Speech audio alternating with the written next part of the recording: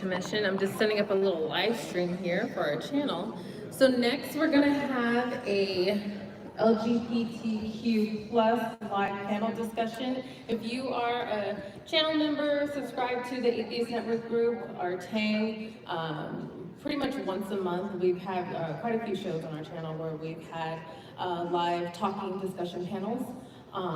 Just, you know, me or Oz producing in the background. We just let, as allies, have our friends be on the channel and discuss important issues. And there's been a lot, of course, going on in the news in regards, and we have quite a few very notable that have their own channels as well and do their own content surrounding issues regarding LGBTQ+. So first, I'd like to introduce one individual, student Dr. Ben.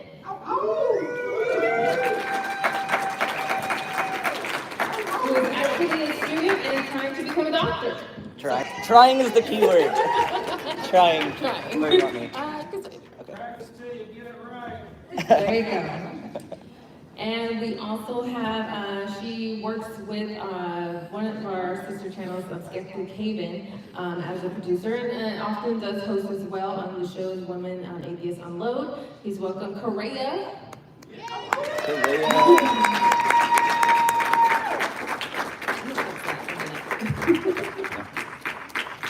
Hello, Correa. Hello. And you'll see this other individual that frequently, I guess, sits in on Neil the 604 Atheist after party shows. Stephanie. There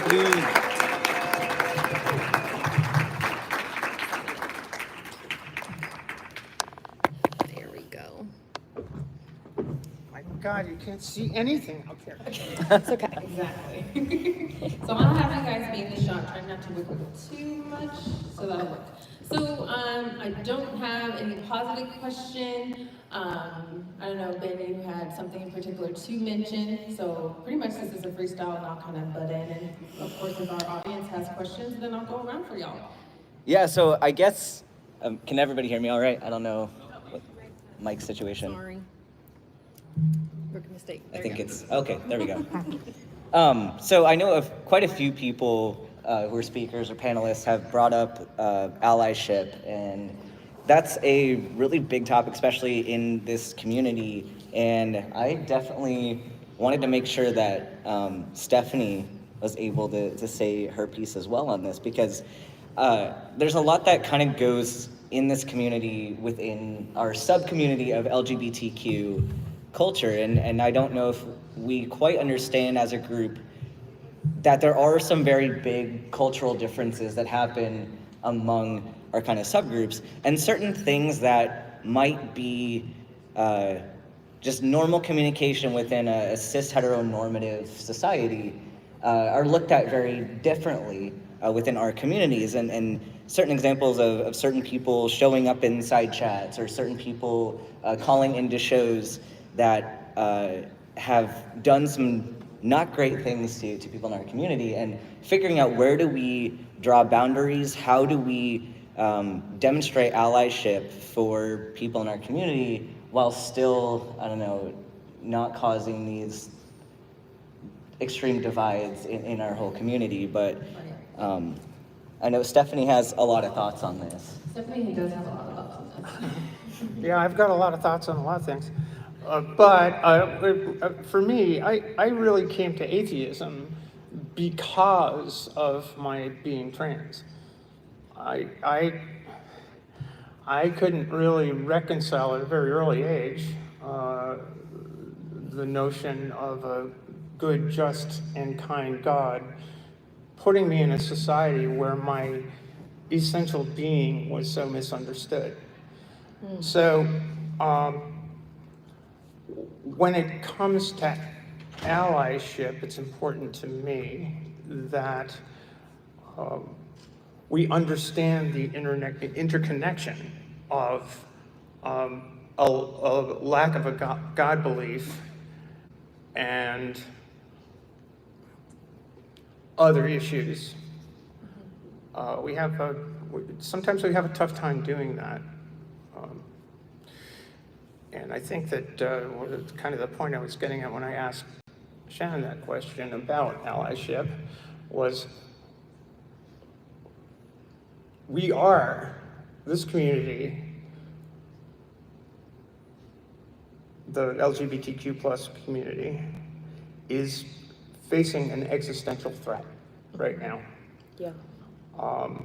With laws being passed, et cetera, and so forth. Our natural allies should be people in the atheist community, because there's no God saying that my life is unnatural. No. Yeah. So that's my standpoint.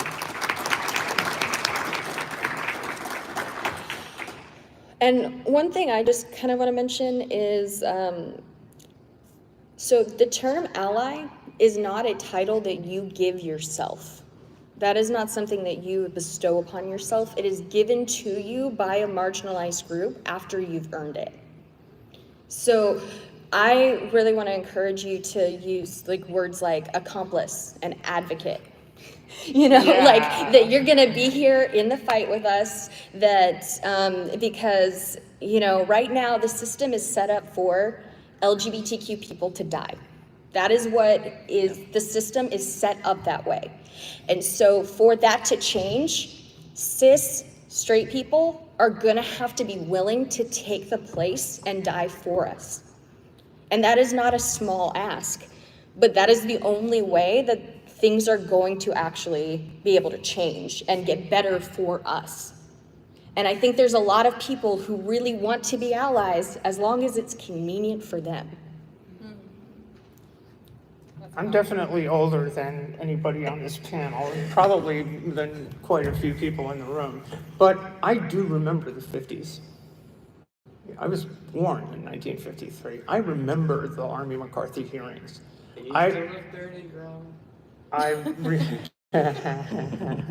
You're all gonna get her at some point.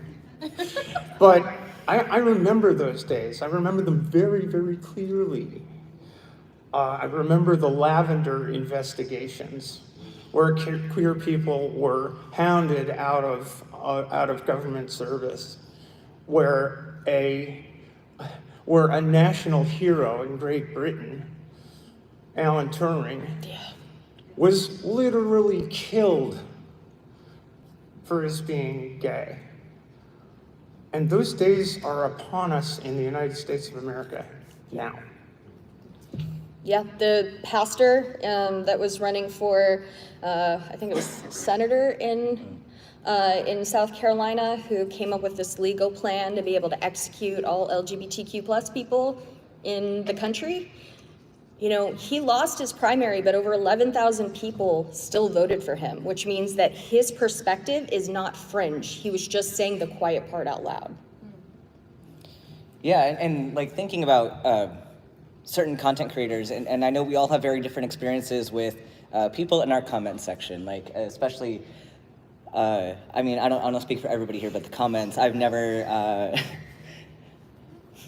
like certain funny things that people will say in comments. Like you get these philosophical arguments of like, yeah, but like, what if this thing, or like, what if rocks are atheists, whatever. You get some weird stuff in comment sections, and a lot of things, like you can shrug off. And I hear like a lot of people having the ability to be like, yeah, just don't take your comments personally.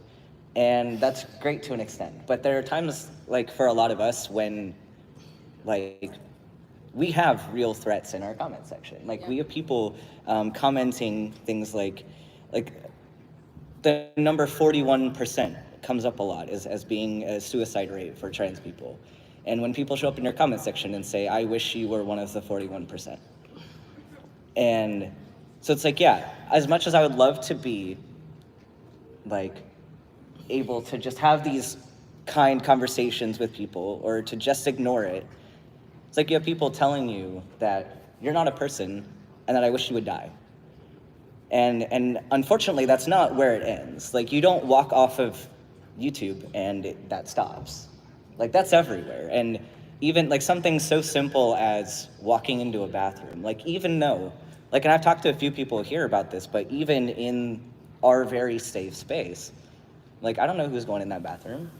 And being a trans guy, like, I pass, but certain aspects of like, male bathroom culture is something I had to learn in my transition, and it was a weird thing to have to learn, but certain, like, anatomical reasons make it difficult for me to pass in a bathroom setting.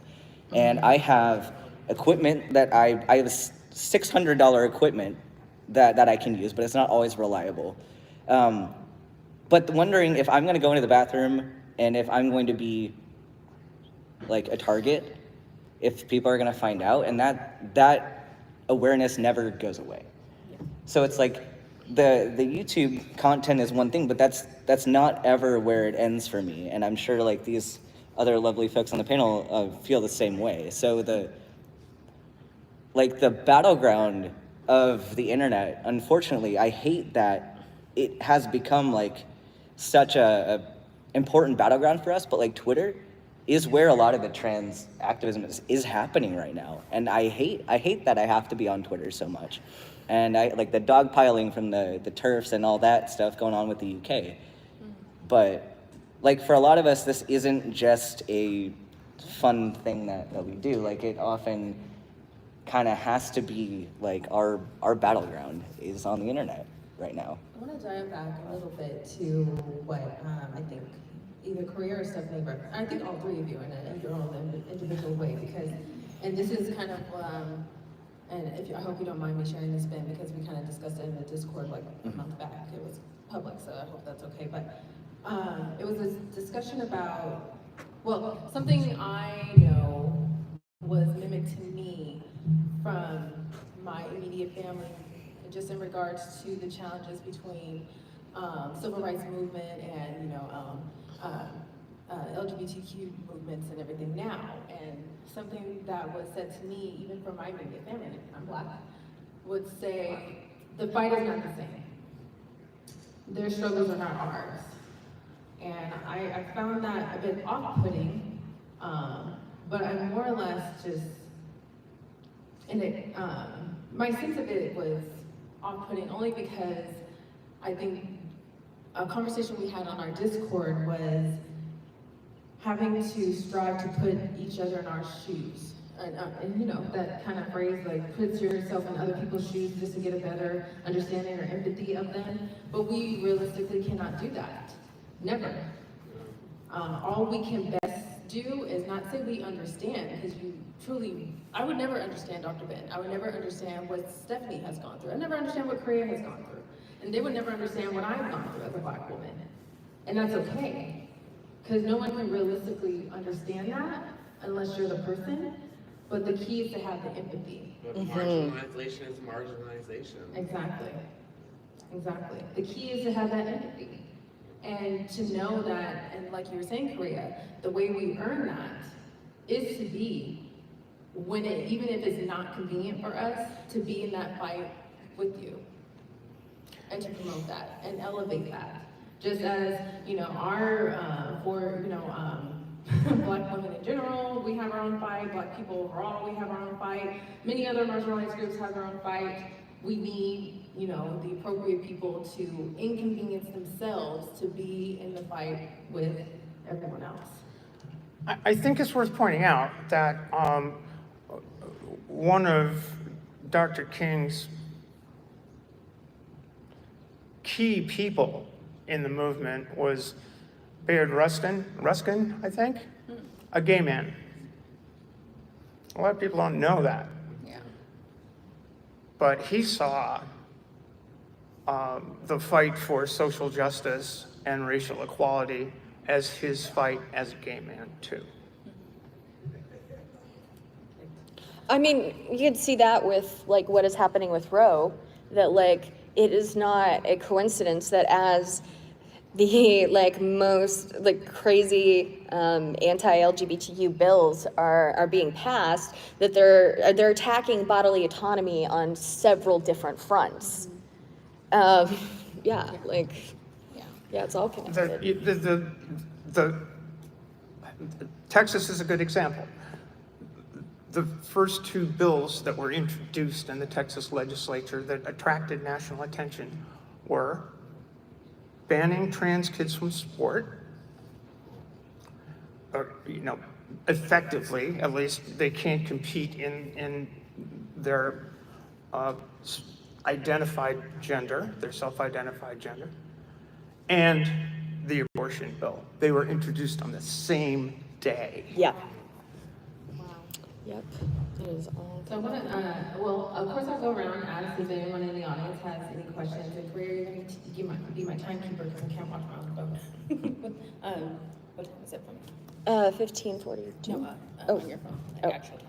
108. Okay, great. If anyone has any questions in the audience, I'll come around, of course, with the mic. I can kind of see. Okay, I see you, Catherine. I remember your name. Okay. Okay, first, Stephanie, I want to personally offer you an apology. I'm a little younger than you, but not much. And as a second wave feminist who spent my youth and young adulthood trying to force that the course of women could be chemists, because I wanted to be a chemist, I was kind of baffled by transgender issues because I thought, what's going on with my genitals shouldn't have anything to do with the rest of my life. I should be able to live my life the way I want to live my life. And so I didn't get anything about being transgender. And it's taken me a long time to educate myself and realize I was wrong. And so I want to personally apologize for my blindness in the past. Okay, secondly, I'm curious, it seems like there's a generational difference, and it's not absolute by any stretch of the imagination, but there does seem to be a generational difference in acceptance of LGBTQ people between my generation and maybe the folks that were born shortly thereafter, and the younger people who are high school, college age. Some of my favorite people are young white men. Do you see that generational thing? Do you think this is an extinction burst from the old patriarchy that's trying to push through stuff because they fear the future? I will let the kids I tell to get off my lawn answer and speak to generational stuff. I mean, certainly our culture has evolved to be more accepting over the course of my lifetime. I mean, it went from 1953 I would say 57 when I first realized there was something odd and expressed it, and was basically threatened with, "No, you're not." I was the impossible girl. It's certainly the culture has changed since then. I've been a part of that change over the course of time, just by being. And I think that has led future cohorts to appreciate gay people, trans people. Maybe trans people are a little late to the party. But yeah, there were more hardened prejudices towards LGBTQ people throughout most of my life. The most egregious example, I think, is probably the AIDS epidemic, where gay people were seriously hurt by willful neglect on the part of the generation older than I, who were in control at the time. So anyway, you guys want to talk from your perspective? I mean, I'm a young person, but also I am in the military, so I'm a trans person, was finally able to medically transition after the ban was lifted. But we see this generational gap as well, like within the military communities.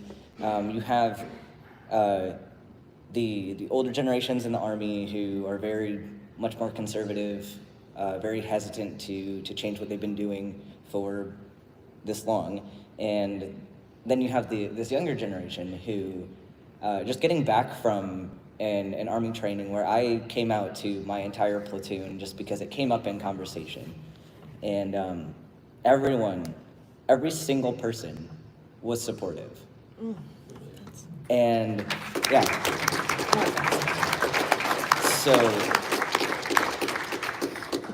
So I think it's funny though, because I mean, the Army still has work to do. I'm not saying that the Army is like a perfect organization by any means. But it's interesting when an organization like the US Army is more progressive in some ways than even civilian society. And it's funny to me, but also it's encouraging, because I think steps are being made, and a lot of that, we give credit to Stephanie's generation and the people before us. Like many of you may know Jenny Morgan. She's been around for a long time and has been an activist for a long time. So people like her, people like Stephanie, all kind of paving this way for us, and we're able to benefit from it now. And I hope that our generation is also going to step up and continue that. But I do see some cultural differences, and I guess that's also why we need to be sure that we're platforming all different kinds of people, because I will never be able to speak on behalf of Stephanie. Nor I on behalf of either of you folk. And Trans Mom, if anyone wants to follow Trans Mom, she's great. Yes, we do. Any other questions from y'all? Okay, Lauren, thank you. Hi, Stephanie, you briefly mentioned trans in sports. That's one issue it continually gives the movement a black eye. And I'd just like to hear what your proposals are to alleviate that situation, especially the trans women. You see it in the news where a trans woman will just sweep all events, and it just That's a myth. That's a myth. That's not happening. That doesn't happen. You know, here's my perspective. Sport is, by its nature, competitive and unfair. Someone will have an advantage because of better training, because of better motor skills, better certain physiological advantages. And it depends, it really depends sport to sport. How much gender differences matter. It's not about trans people or women in sport. I'll give you an example. 1902. In 1902, figure skating was not gender separated at all. A woman won silver, competed, won silver. In the next Olympiad, there was suddenly a women's division. In 1992, in Barcelona, skeet shooting was not gender separated. In 1992, a Chinese woman won gold. In 1996, in Atlanta, there was suddenly a women's division. Yep. So you really need to think, when you're talking about sport, you're talking about something that's competitive, where different people have different advantages, some based on physiology, others based on training, this, that, and the other thing. In my sport of sailboat racing, actually, we looked at 3 years of collegiate results, and we determined that there was no advantage to having a guy on the boat. Women performed marginally better in collegiate sailing. So in my sport, should it be gender separated? Should we even consider trans as a separate category. I don't understand how genitals make you sail faster. Well, that's in my particular sport. I could go into the studies of professional athletes, and there aren't very many. There's a lack of data. But why should trans women, particularly, by the way, nobody ever questioned the men's categories. They're not tested for hormones. They're not tested for anything. You want to compete in the men's division? Fine, go ahead. Anybody can. But it's women. And what people are saying is we should wait until the trans woman proves that she is a woman. Or, you know, it's a question of people. This touches on feminist issues. People basically judging women. You know, is she woman enough? What is a woman? Yeah. So, you know, that man over there says women need to be helped into carriages, carried or lifted over ditches, and have the best place everywhere. Nobody ever helps me into carriages or over mud puddles or gives me my best place. Ain't I a woman? Look at me, look at my arm. I've plowed and planted and gathered into barns, and no man could head me. And ain't I a woman? I could work as much and eat as much as a man, and when I could get it, and bear the lash as well. And ain't I a woman? So, you know, the argument over sport is not about sport. It's about perceptions of who's a woman. That, by the way, that's Sojourner Truth. Hi, Jacob. Hi. I ask no questions and I have no permission, so hi. But you're Jesus, so it's all right. Yeah, like if you all want like a free pass to heaven, I got you. Okay. Thank you, Jesus. You're welcome. Just for sake of time, we're just gonna take a final question from Godless Engineer, and then we'll kind of wrap up and instruct everyone about lunch. So, just one final question, panel. Hi. As a cis white guy that's really looking to be a good ally, I'm wondering if y'all can kind of, give some pointers or what would be good things for people that want to be an ally to the LGBTQ community? What can we do to help? Yeah. Yeah, Jacob, let's go. Okay, and then I'm next. So I don't believe that there's actually a cis white guy. I think you asking that question first and foremost means that you are like starting the right track. But I'm like, no, as soon as you want to be a cis white guy, like you're probably open to people. Like just love people, watch people's stories, ask them questions, and like you don't have to have sex with everybody. You know what I mean? What? Why not? I mean, can. Well, related down to that, like That's a fundamental prerequisite. I'm an asexual gay. And like I don't have sex with everybody, but like as long as you understand that like all people are beautiful, that's the start. And you can relate to every single person just being like, oh, you have a mom, you have a dad, like we all have that shit.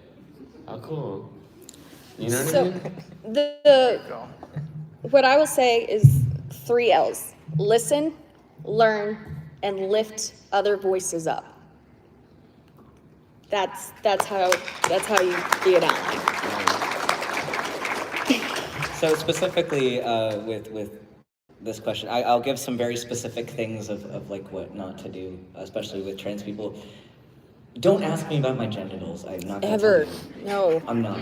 I'm gonna don't do that. Also, I mean, this is something it seems small, but like ends up being a big deal for a lot of us. Like, don't make jokes about a trans person's appearance, even if like it's like nice joking or whatever. Like, there's certain things about like our bodies that make us want to unalive ourselves, and like commenting on that, even jokingly, is like, it might put me in a very bad spot. Like certain things, especially like being a trans guy, we're often infantilized, and it sucks because I'm a man. I am an adult man. I'm a 28-year-old man, and I look like I'm 12. I know, like people tell me this on a daily basis, and the reason why I look so young is because I'm trans. It's because I went through the wrong puberty. And certain changes that are gonna eventually happen with the help of testosterone, they take time. They take years and years of time. And I'm not there yet. But bringing that up does not help me. It does not help anybody. And so just be very careful that like certain ways that you communicate, even in humor, might not be well received by the party you're talking to. So just like be aware of that, and if you're not sure, like you can of course like ask if it's okay to make certain jokes, but also like be aware that like they're not responsible to answer all your questions all the time. Like, and just because somebody has consented at one point to answer a question for you does not mean that they consent to you asking a different question. So just be aware of that. Another thing I want to mention, because I have to really work hard, because I live in an area that's over 90% white, so I have my own blind spots that I'm constantly having to like work through. And so I have this chart that kind of talks about like the different stages for like racism, and like being a blatant racist versus trying to be a performative ally to like genuine being an abolitionist. What? How do you say this word? Abolitionist. Abolitionist. Abolitionist. Fuck. Oh, and this is on YouTube forever. Yay. But that like under the performative ally, there's one that says, if they want our help, they should be nicer or more respectful. No. And so that is something that, as someone who is wanting to help marginalized people, to keep in mind, is that marginalized groups have been through a lot of trauma. And if they are not communicating with you in a nice or respectful way, you still have to step up. Like, Yeah, that's absolutely okay. I know I look very white, but like I am biracial, and I'm also gay. I'm gay. Did anyone know that? You're gay? I'm what? gay. This is a shock. Next thing you'll tell me there's We no talked God. about that, yeah. But like, so I get a lot of death threats and shit, and people are like, "Well, you were just saying, like."